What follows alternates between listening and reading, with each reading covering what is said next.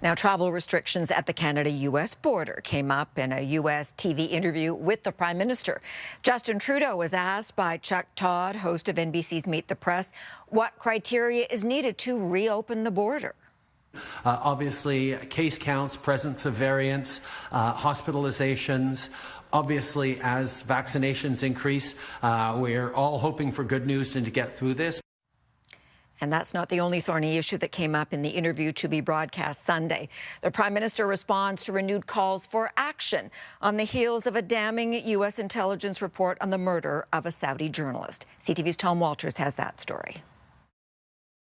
A day after the U.S. publicly declared that Saudi Crown Prince Mohammed bin Salman is responsible for murder, the question is, what now? The case was not much of a mystery. In 2018, Washington Post journalist Jamal Khashoggi was last seen entering the Saudi embassy in Istanbul, where he was dismembered with a bone saw.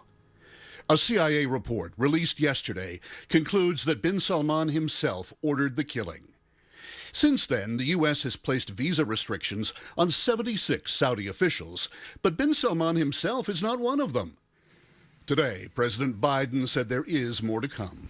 There'll be announcements on Monday of what we're going to be doing with Saudi Arabia. Canada took action at the time. Back in 2018, you froze arms sales to Saudi Arabia following the murder of Jamal Khashoggi. But in an interview for NBC's Meet the Press tomorrow, Prime Minister Trudeau did not mention that Canada's freeze actually thawed out last spring, or that his government has recommitted to a $14 billion sale of light armored vehicles. And he made no commitment to take any action now. Saudi Arabia remains a strategic partner in the region. For the U.S., the question is how to punish an ally. Is Saudi Arabia an ally to Canada?